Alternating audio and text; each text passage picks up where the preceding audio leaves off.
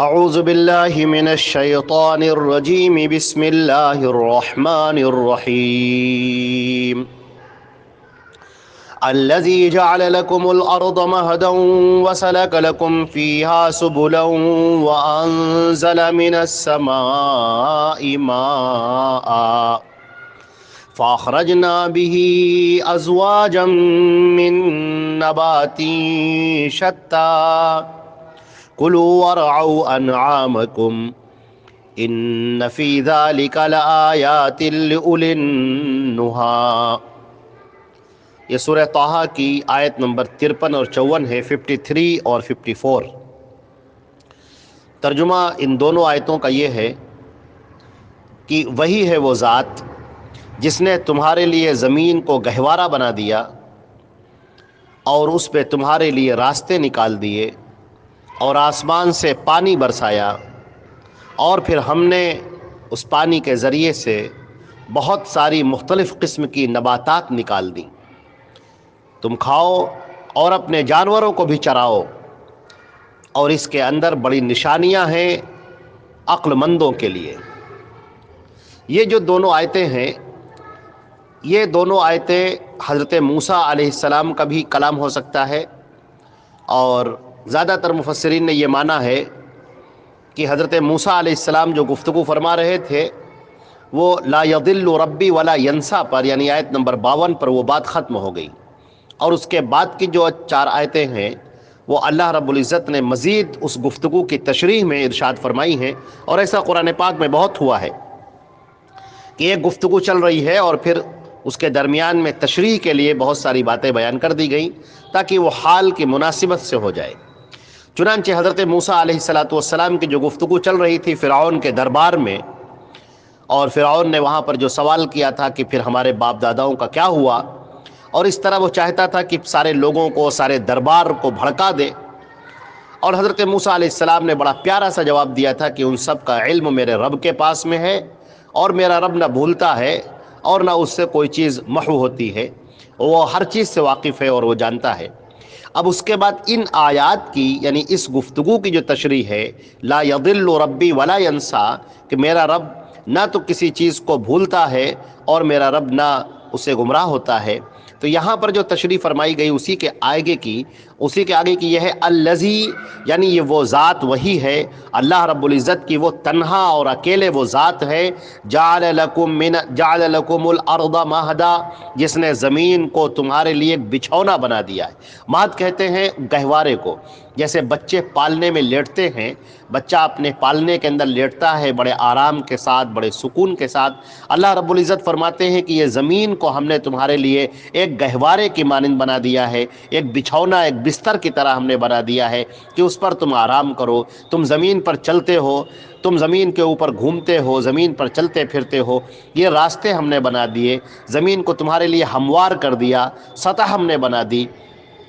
زمین کے اوپر ہی پہاڑ بھی ہیں، پہاڑوں کے اندر درے بھی ہیں، ان کے اندر راستے بھی ہیں، زمین پر سمندر بھی ہیں، لیکن ان سب کے باوجود ہم نے زمین پر ایک حصہ خشکی کا رکھا ہے جس پر انسان چلتا ہے، اور پھر وہ راستہ ہموار کر دیا گیا۔ ایسا راستہ نہیں کہ جس پر چل کر انسان کو دقتیں پیش آتی ہوں، اس کے پیروں میں کانٹے چبھتے ہوں یا پتھر اس کے پیروں میں لگ جاتے ہوں، نہیں، بلکہ زمین کو ہموار کر دیا گیا ایک بستر کی طرح۔ ذرا سوچو کہ یہ زمین کو ہموار کس نے کیا؟ وہ ذات جو زمین پر پہاڑوں کو قائم کر سکتی ہے، کیا وہ ذات اس بات پر قادر نہیں ہے کہ زمین پر صرف پہاڑ ہی پہاڑ ہوتے، یا زمین پر نکیلے پتھر ہوتے، یا زمین پر صرف پانی ہی پانی ہوتا اور انسان کے لیے یہاں پر رہنا محال ہو جاتا، دشوار گزار ہو جاتا؟ لیکن نہیں، اللہ نے فضا شاندار بنا دی، یہ موسم شاندار بنا دیے، اللہ رب العزت نے آسمان کی چھت عطا فرما دی، زمین کو بستر بنا دیا، یہاں پر خوشبودار ہوائیں چلتی ہیں، خوشگوار موسم رہتے ہیں، آسمان سے بارش ہوتی ہے، سورج کی چمک ہے، اور ستاروں کی چمک ہے، سورج سے ہمیں گرمی ملتی ہے اور چاند سے ہمیں ٹھنڈک پہنچتی ہے۔ یہ سب انتظام اللہ رب العزت نے فرمایا ہے، اور یہ ایک اکیلی تنہا ذات ہے اللہ کی جس نے یہ سب کیا ہے۔ لہٰذا وہ اللہ جس نے تمہارے لیے اتنا انتظام کیا ہو، وہ اللہ کی ذات جس نے تمہارے لیے زمین کو بچھونا بنا دیا، زمین پر تمہارے لیے راستے نکال دیے، آسمان سے پانی نازل کیا تاکہ زمین سے غلے نکلیں، زمین سے میوے نکلیں، غلے نکلیں، سبزیاں نکلیں، پھل نکلیں جن کو تم بھی کھاؤ اور تمہارے جانور بھی کھائیں۔ جانوروں کے لیے گھاسیں نکال دی، طرح طرح کی پتیاں نکال دی کہ ان کو کھائیں اور آرام سے رہیں۔ اللہ نے فرمایا فَأَخْرَجْنَا بِهِ، ہم نے نکالا ہے اس پانی کے ذریعے سے بہت ساری نباتات کو، بہت ساری سبزیوں کو، بہت سارے پھلوں کو، زمین سے اگتے ہوئے غلوں کو جو مختلف قسم کے ہیں اور ازواج ہیں، اپنے زوج میں ہیں، یعنی ان کے بھی جوڑے ہیں، نر اور مادہ کے جوڑے ہیں، ان میں سے اللہ رب العزت نے یہ ساری چیزیں پیدا کی ہیں۔ زمین خشک ہوتی، زمین کے اندر کوئی غلہ نہ نکلتا اگر آسمان سے پانی نہ برستا، اور پانی بھی ایک خاص مقدار میں برسے۔ اگر زیادہ مقدار میں برسے تو زمین کے اوپر سیلاب آ جائے، طوفان آ جائے، سارے جو پیڑ پودے جو لگے ہوئے ہیں وہ سب بہہ جائیں۔ زیادہ پانی ہو تو بیج سڑ جائے، اور اللہ رب العزت اگر پانی نہ برسائے تو زمین کے اندر سے غلے ہی نہ نکلے، زمین مردہ ہو جائے اور مردہ کی طرح زمین پڑی رہے۔ لیکن اللہ پانی برساتا ہے تاکہ یہ زمین زندہ ہو جائے اور اس میں سے غلے نکلیں، میوے نکلیں، سبزیاں نکلیں، ترکاریاں نکلیں اور چیزیں نکلیں جو ان کے کام آئیں۔ تو وہ اللہ جس نے انسان کے لیے ان سب کا انتظام کیا ہے، کیا اس اللہ نے تمہاری ہدایت کے لیے انتظام نہیں کیا ہوگا؟ کیا جس نے جسمانی غذا کے لیے اتنے انتظامات کر رکھے ہیں، کیا اس نے تمہاری روحانی غذا کے لیے انتظام نہیں کیا ہوگا؟ جس اللہ نے تمہاری ایک ایک چیز کو پورا کیا، تمہاری ہر ضرورت کو پورا کیا، تمہیں کس موقع پر کیا چیز چاہیے اس ضرورت کو اللہ نے پورا کیا۔ جب تم ماں کے پیٹ میں تھے اس وقت تمہارے لیے غذا کا انتظام کیا، اس وقت تمہارے لیے ایک نہر جاری کر دی، تمہارے پیٹ میں پہنچنے کا سامان جاری کر دیا۔ ذرا سا دیکھو وہاں پر تمہیں ایسی گرمی دی اور اس طرح کی گرمی میں رکھا جس سے تم پروان چڑھو، جس سے تمہارے بدن پھلے پھولیں اور آگے بڑھیں، اور اس کے بعد پھر اس سے نکلنے کا سامان اللہ نے فراہم کیا، کیسے اس کا طریقہ بنایا اور کیسے آسان کر دیا تمہارے نکلنے کو، اور اللہ رب العزت نے کیسا انتظام کیا۔ اب تم زمین پر آ گئے، اب زمین پر تم کچھ بھی نہیں کر سکتے، تمہارے ہاتھ پیر بھی نہیں ہل سکتے، تمہارے اندر کچھ بھی طاقت نہیں ہے، شعور بھی نہیں ہے۔ اللہ رب العزت نے ماں کے پستانوں سے تمہارے لیے دودھ جاری کیا، اور اس دودھ کے اندر دھیرے دھیرے وہ اور گاڑھا پن لاتا گیا، اس کے اندر مضبوط توانائی لاتا گیا، تاکہ وہ بچہ تمہارے لیے اب وہ دھیرے دھیرے اپنے آپ کو مضبوط کرتا چلا جائے۔ اور پھر ایک وقت آیا کہ وہ مضبوط ہو گیا، توانا ہو گیا، اس کے دانت اللہ رب العزت نے نکال دیا، وہ کھانا کھا رہا ہے، اب وہ غذا حاصل کر رہا ہے، اب اس کے اندر عقل و شعور آ گیا، اب اس کے اندر پختگی آ گئی، پھر وہ بالغ ہو گیا، بڑا ہو گیا، اب وہ احکام شرعیہ کا مکلف ہو گیا۔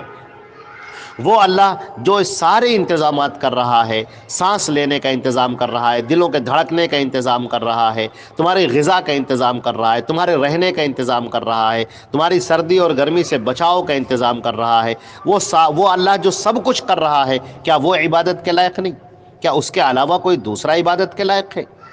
ساری مخلوقات ہیں، سب کے اوپر ایک ایسا وقت گزر چکا ہے جب کہ وہ محتاج تھے اور کچھ نہیں تھے، جب وہ اپنی ماں کے پیٹ میں تھے اس وقت اللہ نے ان کے لیے بھی انتظام کیا، اور تمہارے لیے بھی وہ انتظام کرتا ہے۔ وہ اللہ جو سب کا عطا کرنے والا، وہ خالق ہے اور سب اس کی مخلوق ہیں۔ اور آج کیا ہو گیا ہے لوگوں کو کہ اس کی مخلوق کے لیے سجدے کیے جا رہے ہیں، اس کی مخلوق کو دعائیاں دی جا رہی ہیں، اس کی مخلوق کو پکارا جا رہا ہے پریشانیوں میں۔ وہ اللہ جو سب پر قادر ہے، جو سب پر حاکم ہے، جس نے سب کچھ کیا، جس نے وجود بخشا، جس نے زمین و آسمان بنائے، جس نے ستارے اور چاند بنائے، جس نے انسان کو پیدا کیا، جناتوں کو پیدا کیا، کل مخلوقات کو پیدا کیا، جو آسمان سے پانی برساتا ہے، زمین سے غلے نکالتا ہے، اس اللہ کو چھوڑ کر لوگ دوسروں کی عبادت کر رہے ہیں، دوسروں کے آگے سجدے کر رہے ہیں، دوسروں کے لیے نذر و نیاز کر رہے ہیں، دوسروں کے لیے قربانی کر رہے ہیں، دوسروں کو بلک کر تڑپ کر پکار رہے ہیں، اور اپنے دل کے اندر دوسروں کی محبت رکھے ہوئے ہیں۔ اللہ رب العزت تمہارا معبود ہے، تمہاری عبادتوں کا مرکز صرف ایک ہونا چاہیے، وہ ایک اللہ کی ذات ہے۔ اللہ کو شرک پسند نہیں ہے، تم اس کے ساتھ میں کسی دوسرے کو شریک کرو، اللہ کو یہ بالکل پسند نہیں ہے، وہ شرک کو بالکل پسند نہیں کرتا۔ لہٰذا اللہ اپنی ذات میں، اپنی صفات پہ اور اپنی عبادات میں وہ تنہا ہے۔ عبادتیں جو بھی ہوں وہ صرف ایک اللہ کے لیے مخصوص ہوں۔ اللہ تعالیٰ فرماتا ہے کہ یہ سب ہم نے کیا ہے، یہ سارے انتظامات ہم نے کیے ہیں، کل انسانوں کو اور کل مخلوقات کو میں نے پیدا کیا ہے، لہذا عبادت کے لائق میں ہی ہوں۔ عبادت صرف میری ہونی چاہیے، میرے علاوہ کسی کی عبادت نہیں ہونی چاہیے، اور اس عبادت میں کسی کو شریک مت کرو۔ مجھے شرک بالکل ناپسند ہے۔ انا اغنی الشرکاء عن الشرک، میں دنیا جہان میں تمام شریک کرنے والوں سے زیادہ بے نیاز ہوں، مجھے کسی کی ضرورت نہیں ہے۔ لہٰذا اللہ رب العزت نے فرمایا کہ ان فی ذلک لآیات لأولی النہی، اس کے اندر بڑی نشانیاں ہیں عقل مندوں کے لیے، جو عقل رکھتے ہیں، دانش مند ہیں، جن کے دماغ ہے، جن کے مغز ہے، وہ سوچیں اور غور کریں کہ اس کائنات کو پیدا کس نے کیا ہے۔ وہ اللہ جو اس کائنات کو پیدا کرنے والا ہے، عبادت کے لائق وہ اللہ ہے، یا جو مخلوقات ہیں جن کو اللہ نے پیدا کیا ہے وہ عبادت کے لائق ہیں۔ کاش کہ لوگ اس بات کو سمجھ سکیں۔ ابھی گفتگو کا سلسلہ اور بھی باقی رہے گا۔ والسلام علیکم ورحمۃ اللہ وبرکاتہ۔